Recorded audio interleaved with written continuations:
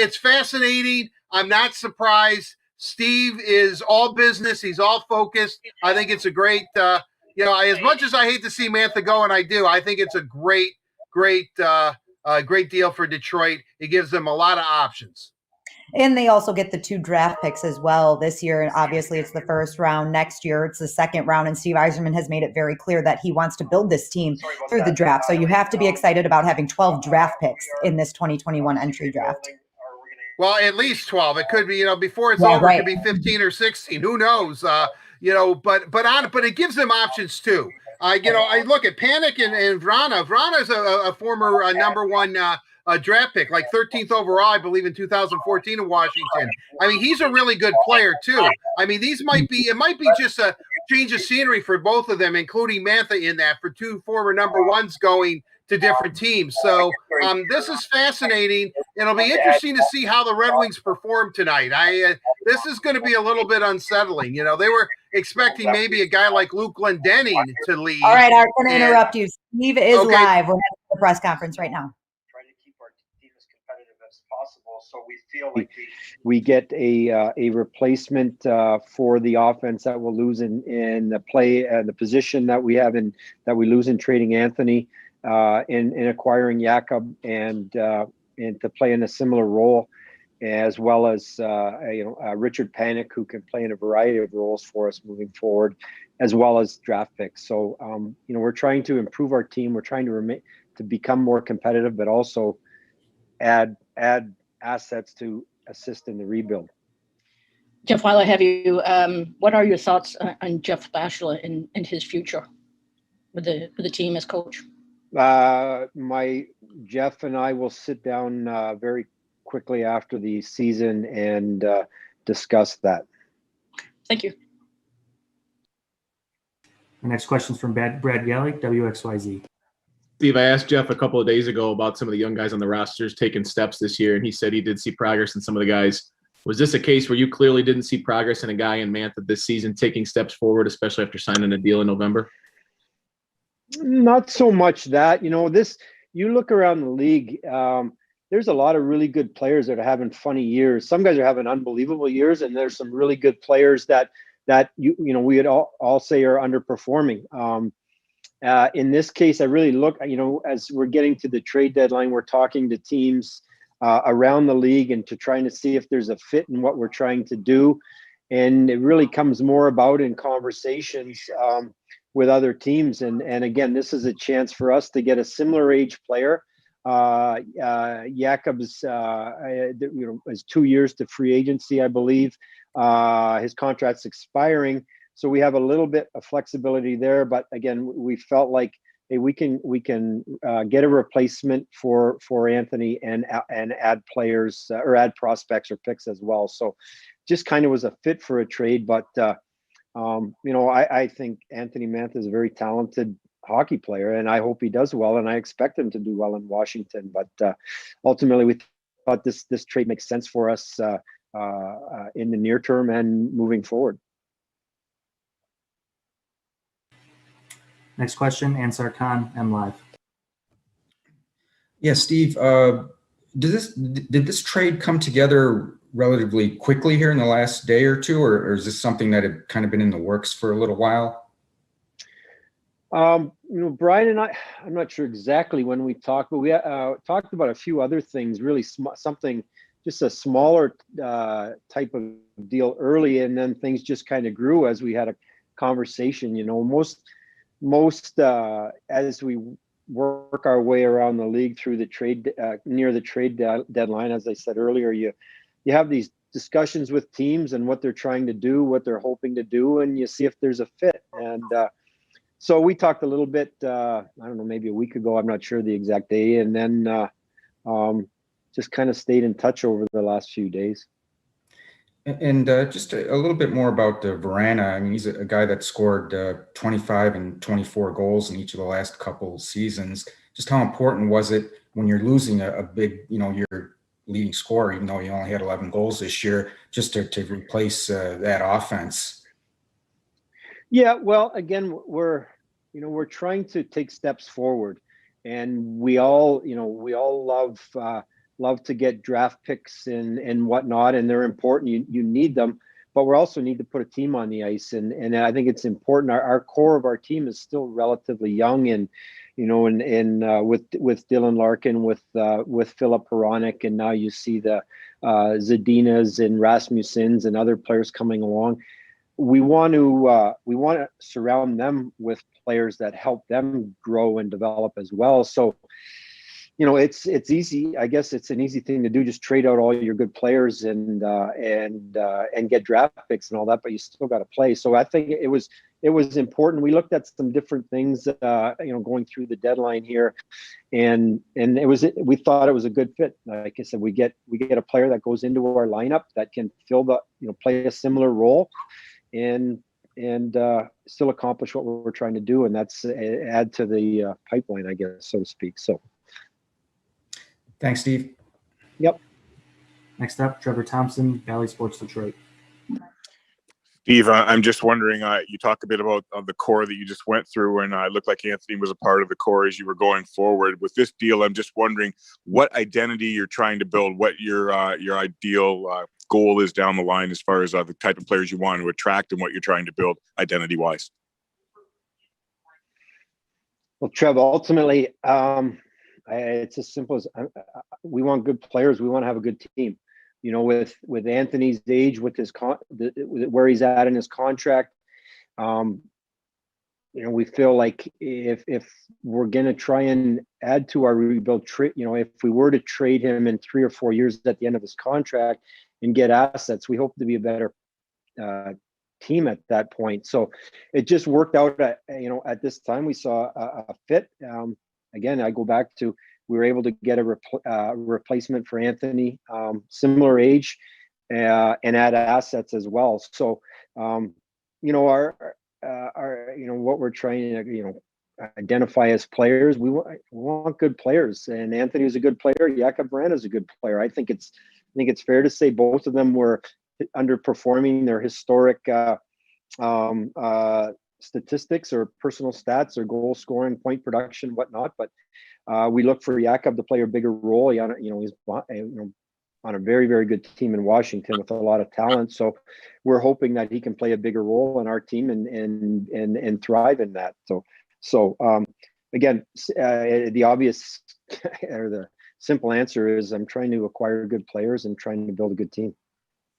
How much percentage-wise did you think you got done at the deadline here? Did you get 80, 90, 100% of what you wanted to accomplish done at the deadline, or do you have a number on that?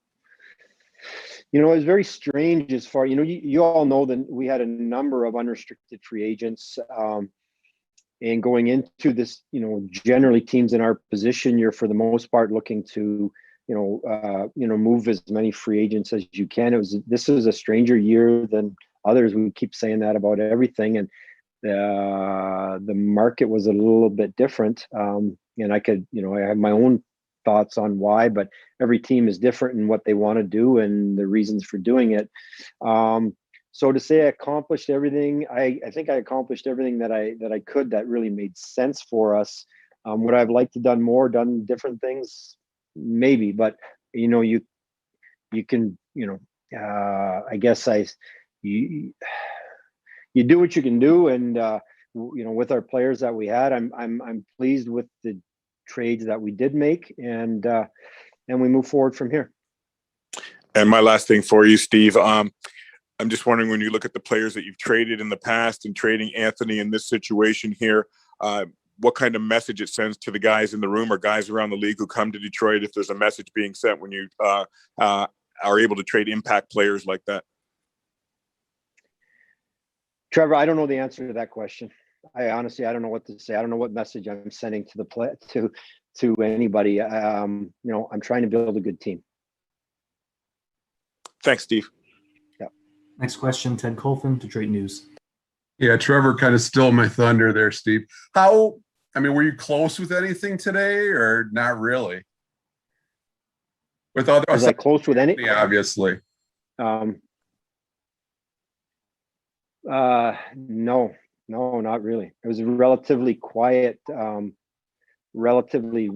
extremely quiet. I got other than other than the Anthony Mantha trade, we got a couple of late calls on things that didn't really make sense for us to do without elaborating on them. Is that a little frustrating? I mean, did you want to do more? No, I don't know, frustrating isn't the right word. Would we have done more? We've got a lot of draft picks this year. We've got in the coming draft, we've got a lot of draft picks for next year. We do have some unrestricted free agents still on our roster. Would we have moved some of them if offers came along? Potentially, yeah. So, but I don't know that I was frustrated. Just, as we talk with the teams around the league, you got a sense that this wouldn't be as active a trade deadline. And, I don't know everything that's happened so far, but seems like it was a little bit quieter than previous years. So in talking with leading up to the deadline, teams that were in our position that I talked to, I got a sense from them that it wasn't going to be as active as active a market, and we might not be in a position to do a lot of the things that might have been done in the past. Sounds good, Steve. Those guys won't be there in Carolina tonight, right? I mean, they'll be here for the next game, Thursday or whenever. Yeah, our expectation is to have them here in Detroit for practice Wednesday to play Thursday. Sounds good. Thanks for this. Yep, no trouble. Next up, Larry Lage, Associated Press. Good afternoon, Steve. Hi, Larry. How about being one of the teams that was willing to, funnel deals, to help other teams using up some available cap space to pick up a pick? Is that a function of just the market? I'm not sure what your question is. Like with the deal with Tampa, you took on some salary and got a pick. It seemed like other teams did that, and with the flat cap and everybody or a lot of teams being tight, is that just another way to get better without giving up? Yeah. Well, another way to acquire for us, it's another way to get a draft pick. For the top clubs, and in this one in particular, in Tampa, they're all the top teams for the most part, I think, have cap issues and are trying to navigate the cap, and this time of year they're trying to add to their team. So, we were, leading up to the deadline, you're approached by teams to get a sense of, is this something you would consider, using some of your cap space or and cash for that matter to facilitate, to help in a trade, and for that obviously you get some form of compensation. And for us, it's every draft pick has some value. We all have an opinion on what a cash wise a draft pick is worth, and I don't know that there's really a right or a wrong. It's what you're comfortable in assuming and how badly you want these picks. So it was kind of, I thought, a relatively reasonable way of acquiring what do we get in a 4th round pick? So a reasonable cost to acquire a 4th. And we have the cap space, and our issue is more, we have a lot of cap space, so it wasn't that big of a deal this year to do it.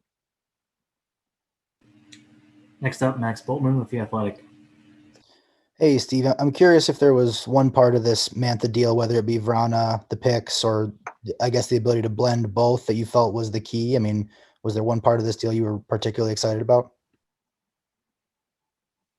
Well, Max, not particularly. Again, we like the idea of acquiring more draft picks. And prospects. We talked about different things in the deal, what to do, but ultimately we like the combination of adding future assets and adding a player to the lineup as well. We still have to play games. We want to be ready next season. We want to be trying to improve our team again next season. So just a combination of the two, I thought it was a good fit for us. And then Jonathan Bernier obviously stays put. Have you talked at all about the future with him? Is he someone you'd be willing to extend or re-sign this offseason? I'm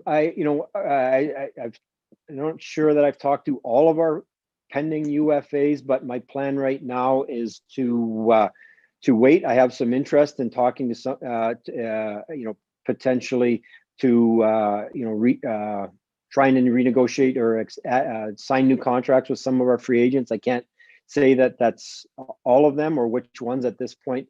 I'm going to wait. We'll wait till the end of the season and kind of reevaluate where we're at, and then start to, obviously, part of the issue is, we've got an expansion draft to consider as well, and who we protect and who we make available for that. So I think at this time, with a month to go in the season, the best thing we can do is just sit tight on all of our free agents, and we'll make decisions closer to I want to say July 1, but I don't even know when free agency starts this year. And then with the picks you added, how do you kind of view some of those picks this year? We've talked about the challenges of scouting for this draft. Is it kind of more chances to hit on somebody even when you haven't seen them, or maybe move up? Or I guess, how do you view those picks this year? Yeah, it's been an interesting year as far as scouting. We don't know what next year is going to look like either. Right now, Chris Draper and I talk a lot, and I ask him about this year's draft, next year's draft, and it's funny. It's like, next year's draft, I don't know. We haven't even seen those kids yet. So, at least they're watching the majority of the kids for this year's draft, or they watched them last year. And the ones that have played this year, with technology now, you can, if you can't get there, you can see it on video, and you do the best you can. Some kids didn't play. There's nothing we can do about that. So either you don't pick those kids, or you rely on what you saw last year. So as I think you would agree, the draft is very unpredictable, hit and miss. It probably is more unpredictable this year. So you can look at it two ways, in that you may get really, really lucky, or you may get really unlucky. So time will tell. We've got a lot of picks, and our guys have been doing the best they can. Our scouting staff doing the best they can to evaluate and look for prospects, and we'll get some. The good thing is, I think we were able to add a few picks for next year as well, and we don't know what that'll shape up to be for next year, but we've got a balance of the two. If I could just ask one more quick one, as some of these guys in Sweden wrap up their years, do you have a plan for what you do as they're able to start becoming available? I know Joe's done. Seems like Albert or Jonathan could be relatively soon here. How do you want to handle that? Yeah, Joe is back in the area. He's got a quarantine, and then we'll figure out what our exact plan is for him after that. We'll wait and see on some of the other kids. We do have a bit of an issue with foreign kids with visas, trying to get them visas to get into the US, and that can be a bit of a challenge. So we're looking into that right now. If some of these kids are available, that we could potentially bring them over.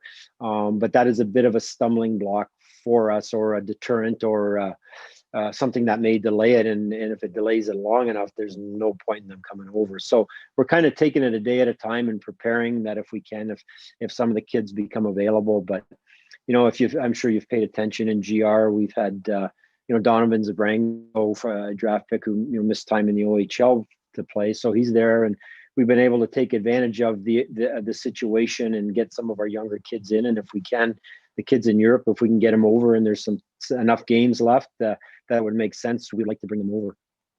Thanks very much, Steve. Yep, you're welcome. Next question, John Neo, Detroit News. Hey, Steve, I just wondered, did you have any other serious conversations involving Mantha with other teams? And then I guess along with that, with a deal of this sort of magnitude, how do you weigh the value you can get now as opposed to maybe towards the draft or something like that? I talked to a few teams that I thought there was a fit, or maybe there might be something there. Not very many, but certainly you check around the league, and you try to get as many. You see what the market is. You feel the things out a little bit and see who's interested. But to have legitimate talks, it was a small group of teams, and very small group of teams. And your second part of your question, as far as weighing now versus later, that's a really good question, because we sit here and wonder, okay, if we're do we want to do this now? If we're going to do it, should we wait for the draft? Should we wait a year from now? Like, don't know the answers to those questions. I have an idea at the draft, and ultimately when we make this trade, I think, how much it may be different. Is it going to be that much better at the draft? Maybe not. So ultimately I just felt like, if it's something I'm comfortable with, that I have, that I know I can do today, I decide to do it, because something better may come down the road or not. So, certainly you look at trade deadline and at the draft, I think are two of the periods where maybe trades are most active. At least kind of that's my thought at this point. And ultimately I like obviously I like the deal enough to do it now. And could we have done something better, different? I really don't know the answer, but I think it would be something similar. The one thing is, the good teams are prepared. The good teams, they're willing to move their picks and prospects at the deadline, but they also have cap issues. So, you got to make money work at times. So at the draft, you bring in more suitors, but I don't know. So anyways, like I said, we like this deal. We were comfortable doing it, and did certainly mull over, John, the idea of, do we wait and see what's there in the future? But at the end of it, obviously decided to go ahead with this particular deal. And then just last for me, I guess it didn't really change necessarily with this deal, but the flexibility you have in the cap down the line. I mean, I think Dylan's, I suppose, Panic is the only other contract that's beyond next season right now. What does that mean for you? What's the value in that for you? Well, I would say it's not specifically, but honestly, by design that we've got all these expiring contracts. Generally, with we did a 1-year deal with Tyler Bertuzzi. We weren't able to agree to a longer term deal. We'll certainly, obviously, we're going to have to address this contract at the end of the season or at some point before next season. But with our younger players, for the most part, I'm trying to think. We haven't had a lot of, in my 2 years here, we haven't had that. We had Anthony and Tyler, and you can add any other names in there at that point. But really, I've negotiated 2 contracts, and really with our younger players, in all likelihood, we're probably going to do shorter term deals and decide what we do as they get closer to free agency on doing something longer term or not. So it's really not by design, keeping these things short. But we do have cap space, and that's the way it's worked out. And it gives us, certainly an opportunity to do things, whether it's, explore, free agency. You already see some potential free agents around the league signing their contracts today. So it's hard to plan for free agency because most of the guys you really like don't get there. So we have the ability to do it in free agency. We have the ability to take on players through trades. We have, draft picks and prospects, and prepared to use those in the right trade with players that, that fit the age group moving forward. And there are teams around the league that might have to, I'm not sure how the expansion draft plays out this year, but you might have teams that have to move guys for cap reasons, and we're in a position to do that as well. So we got a chance. Ultimately, we have good players. We intend to keep them here and sign them to the appropriate contracts when that time comes. Next question from Daniela Bruce with Red Wings TV. Hi, Steve. Just kind of relating back to Max's question about the draft and it being a strange draft year. There were some rumors flying that the draft date might change. The NHL seemed pretty adamant that they wanted it on the 23rd and 24th. Have you been involved in any conversations with general managers or the league about changing it? No, there was some discussion over the course of the winter about, pushing the draft back. Even as far as a year later. Ultimately, between the National Hockey League and the Players Association, there were some challenges, a lot of challenges actually, to doing that. And everyone agreed that, it's probably just the best just to hold it at the end of the season, hold it this off season. So we're fine with that. And we'll do the best we can under the situation. Okay, so no further discussion on that, but not then that I'm aware of. Also, okay, awesome, thank you. And then I did want to ask you. You mentioned Zadina, Hronek, and Rasmussen earlier, and if you could just give an evaluation of their growth this season. Well, they're playing in the league.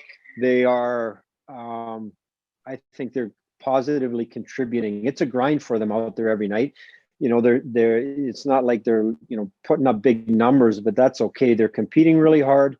They are doing a lot of good things. They're growing as players. I see just, in all three of those guys, I see a difference in their play from a year ago. They're having more of an impact on the ice with each shift and each situation they're in. And they're not regressing their confidence. I don't know, when we watch players, you can see guys who are really assertive and feel good about themselves and are competing, and regardless of what the statistics are, they look like they're really having a positive impact. And I think all of three of those young players, Philip's played a lot more games than Filip Hronek has played a lot more games than Phil Zadino or Michael, but all three of them are having a real positive impact and are becoming more effective players. So that's very encouraging. But what I really am pleased about is they're getting in there, they're involved, and they're competing hard. And I think they feel real good about themselves as far as their contribution. But it's a grind out there for them. It's a tough league,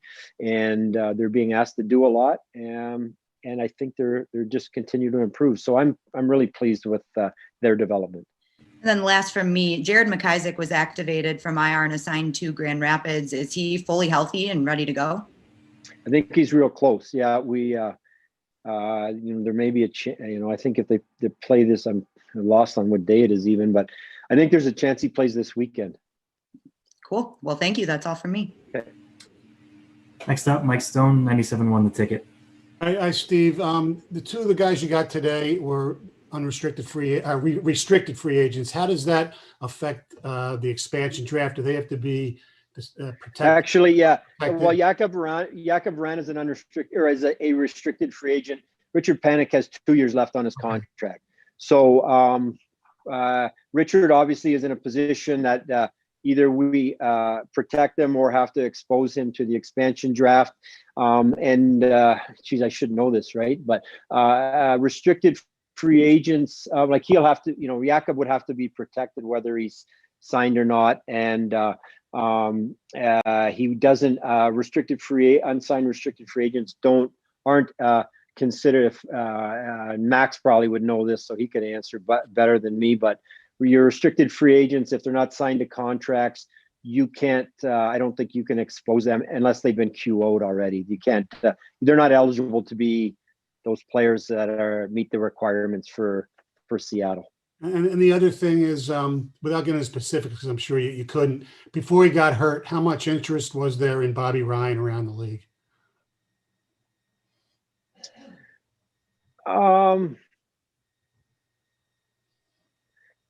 I had a team inquire about him. Yeah. Okay.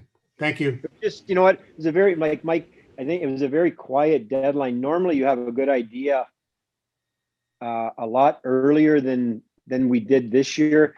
And like, honestly, on some of our players, literally I heard for the first time yesterday, and it was kind of common around the league. You're sitting here going, geez, nobody's calling and there's no interest. So unfortunately, what is it? Roughly a week ago, Bobby's out. And in the last few days, a lot of teams called. So potentially there may have been more interest, but it was just a different time. It was, really on a lot of the free agents that it was just quiet until, even yesterday checking in our players, and he's out for the season already at this point. Right. Thank you. Yep. Last question from Artwagner, DetroitRedWings.com. Hi, Steve. Hey, Art. How you doing? I'm doing good, thanks. How are you? I am doing well as usual. The reason I wanted to ask you this question. First of all, July 28th is the restricted free agents and unrestricted free agency. That's when it begins this year, if the league hasn't changed it. I'm kind of curious, because you've stated several times that you thought that this is, a weird year and that it might be slow. Are you surprised that you were able to pull off a deal of this magnitude, which really has kind of blown the whole NHL up right now? It's like the talk of the league. Well, I don't know that it's like a deal of great magnitude. Like if you're talking, I don't know. It's like we call these hockey trades, I guess, hockey deals. We traded a good young hockey player for a good young hockey player and a veteran hockey player and a couple of draft picks. To me, it's not an earth-shattering trade. It's certainly not, Wayne Gretzky getting traded to the Los Angeles Kings. So, and I don't mean to, belittle the trade. It's a big deal. But at this time, the hardest part is when you're making trades with players for players is trying to, figure out the cap situation. That's the biggest stumbling block for us all. And that was a challenge in this one as well. It's finding the right fit for the trade, and then ultimately now, okay, we got to make it work. Like Washington is a really good team, and they're at the cap, and we talk about this or that, and there's reasons you can't do certain things. So again, I don't know that it's that big of a deal. I want this trade to work out for both teams, and a couple of good young players, and Richard Panik, a veteran that's been around for a long time, and some picks. So I don't know what to say. Also, if I understand this correctly, the draft that's coming up on the 23rd, 24th, the players that are eligible for the 2021 draft, you and your scouting staff have pretty good books on these guys. It's actually the 2022 class that seems to be some uncertainty, right? Is that correct? Well, yeah, yeah, I guess so. Like a lot of the, your focus. I think most teams you're watching for the future as well when you're scouting. But I say, like, a lot of the 22 draft eligible kids didn't play as much. They're playing more limited, and you're focusing on the 21 draft eligibles. So, it's gonna be interesting because right now, like, your guess is as good as mine as what the NHL or any league is going to look like next year. Are we going to be able to play? Is the border going to open up? What are our divisions going to be? That goes for every junior league, every European league as well. We really don't know at this stage. We're hoping that we're somewhat back to business as usual. And again, I don't know. So we'll do the best we can for the 22s, and the guys watch when they go to games now, at the games that they can get to, or the games they're watching on video. They're watching the 22 draft eligibles as well. It's just we haven't got as good a book on them.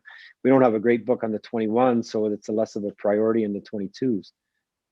And one final question, Steve. With in these last 13 games, will there be a point where maybe you, I don't know, for lack of a better term, throw caution to the wind and field or put a team on the ice that is, shall I say, prospects heavy, guys who are inexperienced, just to see where they're at, how they handle the NHL situation? Yeah, well, right now we have with the team Dennis Chalowski, Gus Lidstrom, who we recalled from Grand Rapids this week. We expect to see them. We have Giovanni Smith, who's been in and out a little bit. We'll see him in. Potentially we might see more depending on what our roster is. You have limitations as far as recalls and emergency or recalls. Those are issues we have to deal with. So we're allowed 4 recalls. So we'll be careful with that. But you'll see Chalowski, Lidstrom for sure, probably Smitty somewhat. Is it anybody else potentially? Yeah, I'll say specifically Joe Veleno. Maybe we have the ability to do that. He's back from Europe, and we can decide that. We have time to decide that to see him. But yeah, there are in particular with Dennis or Smitty or Gustav Lindstrom, is those players. One are third-year pros. Two would be required or are required to be protected, and 3 would need waivers next year. So it's a good opportunity for us to see how they're doing and make decisions on where they fit next year, where they fit in relation to the expansion draft, and our roster for next year, and prepare us for the off season. So there's a lot of reasons, and one, they've worked hard and they're in their third years. It's give them some opportunity here as well. So a lot of reasons to see some of these young kids up here. All right. I know I said one more last question, but one more, Steve. And, I have to ask this.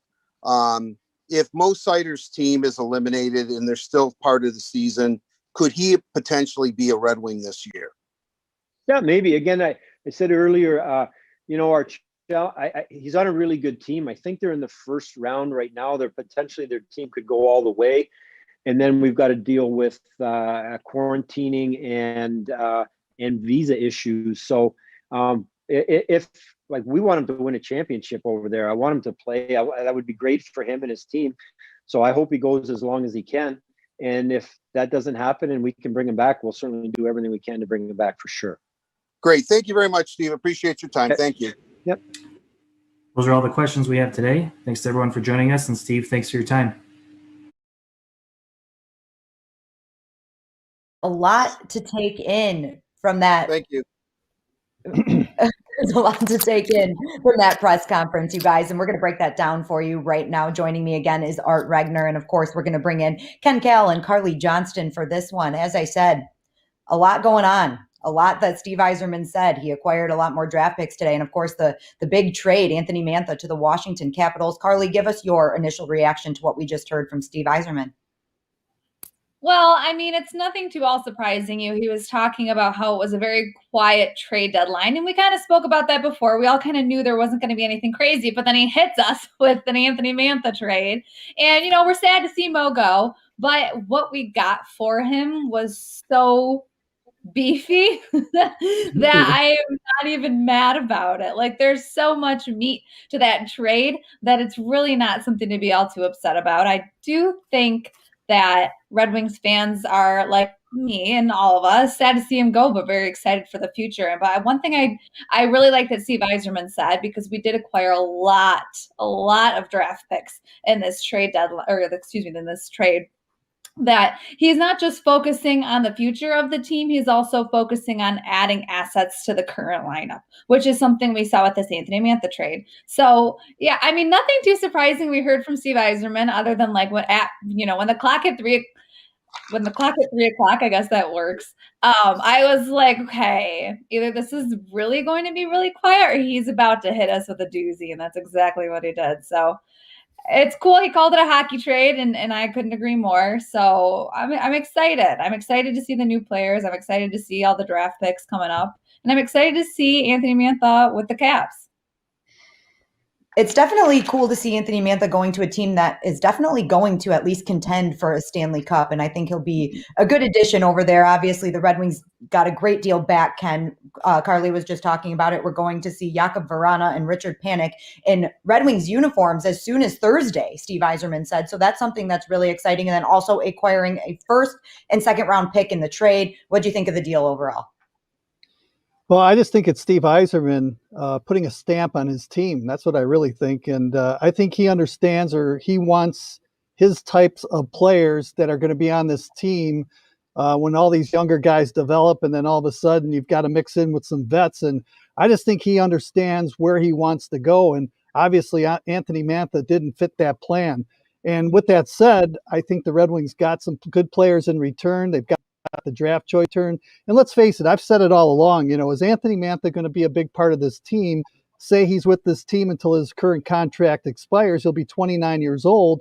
And by that time, you'll see guys, hopefully like Raymond in the lineup, and Seider and Veleno and all these other guys. And, are you going to pay him a big contract when he's 29 years old? So it's almost like right now you're better off making the deal now as opposed to waiting 2 years from now. And, the Red Wings are looking, as Karlee mentioned, at the future, and they're trying to improve the team right now. And the other thing that I like about the Red Wings right now is that they're acquiring all these draft picks. They have 22 picks now in the next 2 years. If you look at a 5-year total, that's 55 picks for the Red Wings. That's a lot of kicks at the can to try and get future NHL players in your system. And not only that, but the Red Wings are really cap friendly. So if they see a guy that they really like in the offseason, a guy that's within the age group of, let's say, 25 to 30 or something like that, that'll be a key fit to this team, they certainly have the money to go out and get that player too. So they have a lot of flexibility, more flexibility now than they ever had, I think, in the last 6-7 years. Flexibility is really important. And as of right now, the Red Wings have 12 picks in the 2021 entry draft. Art Yzerman was asked about it a couple of times during his press conference. The concern of not being able to see these prospects as much as you can in a normal year, he didn't seem too concerned about it. So that's got to be something that's a positive note for the Red Wings, knowing that they have all of these picks heading into the draft. Well, I know Ken follows the draft. I mean, he's been following most of these guys that are eligible this year since they were like 11 years old. I mean, so they have a book on these guys. And that's what I was alluding to when I asked Steve that question, is that, they just don't start, scouting these guys 2 months ago or something. I mean, they see these guys on, whether they're on their World Junior teams or the Holinka tournament. I mean, there's all kinds of ways to see these guys, and they have scouts all over the world. The one thing that I took out of this is obviously Vrana, Jakub Vrana is the guy that they wanted. I mean, how many times did he say young player for young player? Maybe they both needed a change of scenery. Tyler Bertuzzi, there's going to be a deal with him coming down the road. You can tell that. Steve said we're going to try to get something together, even before the season ends, So, and again, as I said earlier, I truly believe that if you were a Red Wing on April 19th, 2019, the day that Steve Yzerman took over, if you were part of this organization, see ya. I mean, and I don't mean that in a negative way. You're really going to have to show him something. I mean, Mo Sider, Lucas Raymond, the guys that he all drafted, as Kenny alluded to, which was a great point, they're here. Those are the guys that he's really going to build around. Of course, Dylan Larkin, there's some obvious choices, Robbie Fabre, who he traded for. I'm sure those guys will be around, but I think that this sends a, how they, a shot heard around the world. I thought Athanasiou was big last year a little bit, that would shake him up. But this is really going to shake the Red Wings up. I mean, this was a guy who was very popular in the room. He was popular with us, a real gentleman, just a really, really good person, Anthony Mantha. And we do wish him the best of luck. But if I'm dressing tonight in my my white Red Wing sweater and I'm looking around the room, you could think, hey, if I'm not performing, I could be next. And and I'm not saying Steve's some sort of Svengali or something, but I think he wanted to get the message that hey boys, this is the Red Wings. This is a team that I love, and he does love the Red Wings.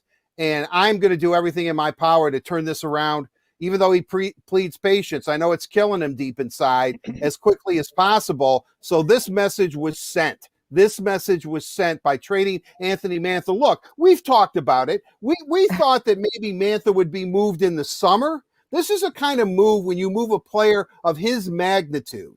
And I know Steve downplayed it, but when you move a player of his magnitude like this in a slow trade deadline year, because not a whole lot was really happening. Sorry, Toronto, you just didn't win the cup with all the moves that you just made. But what I'm saying is that when you make a deal of this magnitude, I think that it really does send a message to your team.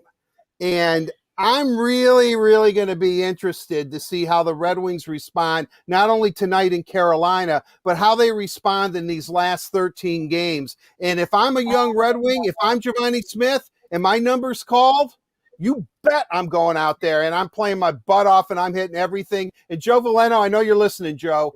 Joe Veleno, sounds like Steve's really interested in seeing you up there too. Okay, I'm all right. I'm sorry. All right, I'm good. Yes. I'm I know you're I'm fired up. really into It's okay. We're all fired up. We love it. But I do want to talk about something else. And I thought you were going to go in that direction for me, Art. But young players for the Red Wings. We know the other deals that happened before the trade deadline: Patrick Nemeth to Colorado and John Merrill to Montreal. Those leave some holes there on the blue line for the Red Wings. So Gustav Lindstrom, Dennis Cholowski, these guys are going to have an opportunity to prove that they're NHLers. Karlee, do you think they can do it?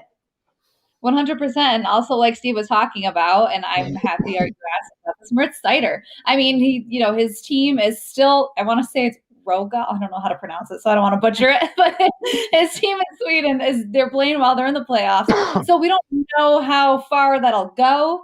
But hopefully we'll be able to see it. And again, I don't know how it works with a visa or with quarantining, but hopefully we'll see him this season. I do think, he can play in a man's league. I'm sure you guys saw him just completely throwing some guy off of him, going to check him into the boards. I mean, it was just, he's manhandling these guys out there in Sweden. So I think he's ready for the NHL, but not to double back real quick. Art, I think you kept talking about Steve sending a message, but when he was asked about that, I mean, he was almost just like, I don't understand why you're asking me that, because he's like, I'm not trying to send a message trading these impact players. I'm just trying to build a good team right now. Now, I don't know. You could be onto something, but that was his answer when, I can't remember who asked that question, but someone asked him and he was blown away that someone would even ask him that kind of question. Rule number one, when you start covering a team and you find certain things out, they'll tell you what goes on in the room sort of stays in the room. He would never answer that question. I mean, I know he wouldn't, I mean, he just wouldn't. And, because that's a team thing. But trust me, Ken, I'm going to put you on the spot, Ken, because that's what I do. Don't you think this sends a message in the room? It's a shot off the bow for sure. And, right. It's one of those situations. Like I said, I think Steve Yzerman knows exactly what type of team he wants. And, unfortunately right now, Anthony Mantha didn't fit that. I don't think he fit in the long-term plan. That's why he made the deal. And I've always said, Jack Adams back in the day, the old general manager of the Red Wings, always used to say, hey, you trade a player when he's at the highest that you can trade him at. Right now, Anthony Mantha is a top forward in the National Hockey League and a lot of eyes. And you know what? He's going to help the Washington Capitals, no doubt. I think on a team that's a little bit better suited for him and he's got some help around him, he's going to put up some numbers, no doubt about it. But when you make a deal, you want the best of both worlds. You want to see Anthony do well in his new team, and you want to see the new players coming in like Vrana and Panik and some of the draft choices to do well with Detroit. You want both teams to be equal in it. But with that said, and I agree with you, Art, and he'd never say this, but, the people in the locker room are looking around saying, oh, we better get our stuff together and, start performing because, again, this is all about winning right now, and it's all about making the team better. And I've always said this, when Steve got hired in, he didn't want to come in and just make moves right off the bat. He wanted to see the character of some of the players. He wanted to evaluate them before he made any trades. It's been, 2 years now I've been here? So now we're starting to see it. Guys, don't forget the Red Wings actually have to play a game today too. They start in just a couple of hours. So it's pretty crazy to think that it's that short of a turnaround for them. Ken, it's a sort of a follow-up to that, but how hard will it be for this team after the message like that was sent and Anthony Mantha's not in the locker room for them to turn around and play tonight? Well, teams respond in different ways, and I expect a solid performance. The Red Wings are on the road, and they want to pick up the 2 points, and it's an opportunity right now. And Jeff Blashill and Steve Yzerman always say, when there's not a person in the lineup, it's better for somebody else to come in and capitalize and do the best and try to earn a spot and earn some ice time on the team. I mean, who would not want to relish a situation if you're Gustav Lindstrom? Or if you're, another player that's going to come up maybe down the road like Joe Veleno or even a Mo Seider if he gets the opportunity, you want to show the coaching staff that you belong in the National Hockey League. This is what you've been working for your whole life. So obviously there's opportunity here. And that's what I like about Detroit and acquiring, let's say, free agents in the offseason. It's all about opportunity. So you go to a free agent in the summertime and you can pay him some money and you say, hey, look, I know we're not a winning team right now, but this is an opportunity for you to play a lot of minutes and do wonderful things with a new club and be a big part of this rebuild. So I just think it's positive. And I just think tonight the Red Wings are going to go out there and respond in a good way. And I can't see anything else. They're all professional players. They all want to go out and try to win. Art I don't Karlee, know if you go ahead. Sorry. Go ahead. Okay, go. You, Karlee. I knew you both were going to jump in, so let's go for it. This is an even better situation than what we saw. Was it last year or the year before when the guys were dressed, ready to come out for warm-ups, and they pulled Mike Green and Andreas Athanasiou aside and said, hey, you just got traded, like you're not playing tonight. At least, Anthony Mantha had a few hours heads up. But, just again, that's just, it's the business. It's how this league works. And the guys knew it was coming. So kind of is what it is. Yeah, they have to go out and play a game. Like I said, what is it, Art? What are you thinking? Daniela, when the Red Wings were winning Stanley Cups, I've said this many times, some of the best hockey I saw was during the practices of the Red Wings because Scotty kept I don't know what the roster was, 24 guys back then. And there always seemed to be, there was 28 guys out there on the ice skating, and they were going after one another because they wanted those last few spots in the lineup. Sure, Steve wasn't going to get benched or anything, or Shanny or Sergey. I mean, the stars of the team, but there was a competition on the team. And I think Kenny pointed it out. You're getting 55 new guys coming in that they're going to draft over these next years. The competition on the Red Wings for playing is going to be fierce, absolutely fierce. And that is a brilliant move by Steve, because he's going to find out who has that competitive spirit, who has that passion for the game, not somebody who's in it for a paycheck. And I'm not saying many of these guys aren't, but his team is going to have hockey intelligence and a passion that burns deep within their soul to be Detroit Red Wings. And that's what's going to happen. This team, and I know they've got a long way to go. I mean, he's bringing in 55 guys in a matter of 5 years. But with that being said, my point is this, is that he's going to find this team, and it's going to be sooner rather than later. And I think that when they turn it around, they're going to turn it around with guys who want to be Detroit Red Wings. I think that is the key. I'm not saying Mantha didn't. I'm not insinuating that. But what Steve's looking for, and Kenny Cal again hits it right out of the ballpark, much like he did when I used to watch him take batting practice, at Comerica Park many years ago. That guy can hit. Kenny Cal can hit. Maybe, I don't know, Ken, I know you're a little bit older, but the Tigers might be able to use you. I know you can hit. He can hit. Ken can hit. But my point being is this, is that this team is going to be made of the 20 guys that dress. When Steve has the guys that he wants on this team, are going to be just like he was. Tenacious, smart, willing to sacrifice their body, do whatever it takes for a W. They're not there yet, but they're getting there, and it's going to be soon. I mean, hey, I love Anthony Mantha, the Big T Express. Everybody knows that. I'm getting people calling me like a relative had passed away. Okay? Are you okay? Are you okay? But I'm going to say, this is a great move for the Red Wings. This was a good move, as much as I hate to see Mantha. Good move by Steve. Boy, is it good. Wow. I went like this, and he went boom. That was perfect.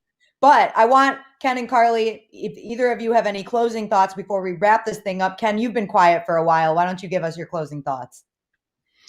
Well, I talked with some of the people that I know in Washington, D.C. that watched Jakub Vrana play, and he's 25 years old right now, but they say he's like a Filip Zadina, but with a little more finesse to his offense. So that tells me a couple of things. One, he'll be an exciting player to watch. He works hard. He's got the same amount of goals this year as Anthony Mantha had. But I think overall, as Art mentioned, he's a real high draft choice, and I think, his best years are ahead of him. And hopefully those best years are going to be in a Detroit Red Wing uniform. Richard Panik, 30 years old. He's been a journeyman. I think he's played for 5 or 6 different teams in the National Hockey League. Those guys that you can fit in and, put in a defensive slot, a checker, likes to get into the fray and work around the boards. And, his plus minus isn't very good this year, but he's a role player that, every team needs. And as far as the draft choices are concerned, again, you're building on the future for this Red Wing team. And let's just keep in mind that when Steve Yzerman drafts the players, in the first round or second round, it's going to take another 3 or 4 years for them to make it to the National Hockey League. So we're still looking down the line. But what you really need is, if you look at every draft class, you need 2 or 3 of those players to really be solid NHL players one day. And that's what we're hoping right now. We're hoping that from this year to next year to next year to next year, you're going to get 3 or 4 solid players from each one of those drafts. And before you know it, you got a core group of guys who are all hungry, all around the same age, and ready to compete for a Stanley Cup. So it's baby steps. I like the deal. I think the Red Wings got a big haul in return for Anthony Mantha. I think Anthony Mantha is going to do great in Washington, but the future is going to look bright. Again, you just need to have some patience. And again, the players that are drafted really need to step up and really show that they're National Hockey League players down the road. And another important thing is the scouting really has to hit some home runs here. They've got a lot of draft choices. They have to do their due diligence, which I'm sure they will, and select players. And hopefully you cross your fingers that you get those diamonds in the rough in the 6th, 7th rounds of the draft, or 5th to 6th rounds of the draft. And hopefully those players will move in and be a surprise, and they can really help your team. Yeah, Ken, I couldn't agree with you more. It's a great trade for the Red Wings. And hey, I'm not Steve Yzerman, unfortunately, but I do think that when he was going into this trade deadline, he wasn't going to make deals just to make deals. Okay, let's see what we can get for this guy, and we're going to take whatever we can get. He wanted to make sure he got what he thought that player was worth, and I think he did that with Anthony Mantha, and maybe even more in some people's opinion. So he did really well on that trade. Karlee, your final thoughts? Well, you know what? It seemed like Steve Yzerman shopped around. We all say trust the Yzer plan, but since the get-go, Steve Yzerman has preached that there are jobs to be had. It doesn't matter who you are. You could be a big name guy, but you could be gone tomorrow. So, or someone else could take your job. And I mean, we saw Coach Blashill bench Mantha earlier on in the season. It wasn't his greatest season so far during his career, but hey, I think we got a great trade for Anthony Mantha. I mean, we got, as Ken was saying, we got a veteran, but we also got like a young player and just a bunch of draft picks in this trade. So it's you know what, it's a good trade. We're sad to see Anthony Mantha go because he was kind of like one of our core guys. We were looking toward the future and hoping that he'd become a veteran with this team. But you know what? That's just how this game goes. That's what the NHL is. You never know where you're going to end up. Some of the players, like we see captains being traded. So you know what? That's what the beauty is of today. You never know what you're going to get. And I love how Steve Yzerman is so strategic and how he just waits. You know, it was 3:00 and we're all sitting there going, wow, this is like extra quiet. But then all of a sudden it's like, what? 3:37 and we're like, Anthony Mantha's being traded. What just happened? So, you know, it's great to see that we're building a solid future for the Detroit Red Wings while also focusing on our current lineup, because that definitely needs some help, just looking at the standings and looking at the season we've been having.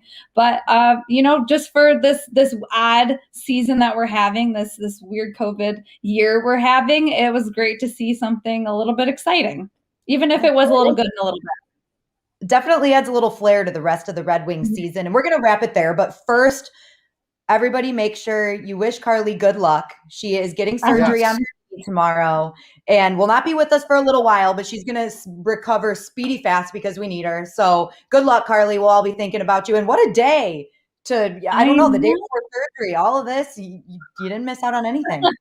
You know what?